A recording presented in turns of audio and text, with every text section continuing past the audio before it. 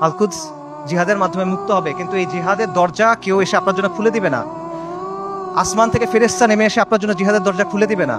জিহাদের দরজা খুলতে হবে তাওহীদ আর হাদিদের শক্তি দিয়ে, খুলতে হবে না, ভাঙতে হবে। এটা এই রাস্তা আপনি মনে করতেছেন আল-কুদস পর্যন্ত আপনার জন্য একটা লাল গালিচা বিধানো রাস্তা তৈরি করে দিবে, যে ভাই আমি আল-কুদসে গিয়ে জিহাদ করব। না, আপনার রক্ত, আপনার হাড়, আপনার মাংস, লাশের শাড়ি, ফুলির পাহাড় পার হয়ে আপনার আল-আকসা যাইতে হবে। এটা ছাড়া আর কোনো অপশন নাই। আল-কুদসের দাম অনেক বেশি, এটা সস্তা না। বাইতুল মাকদিসের মানুষরা বলে দিছে, আল্লাহ আপনি আমাদের কাছ থেকে নেন, যতক্ষণ পর্যন্ত আপনি খুশি না হন আপনি আমাদের কাছ থেকে নেন, আমরা প্রস্তুত আছি।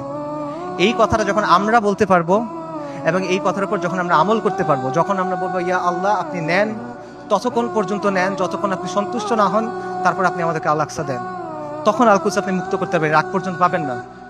আল-কুদস এমন এক দুলহান যার মাহার আমাদের রক্ত। আল-কুদস এমন এক দুলহান যার মাহার আমাদের রক্ত। মাহার পরিশোধ করা ছাড়া কোনো বিকল্প নাই, কোনো বিকল্প নাই।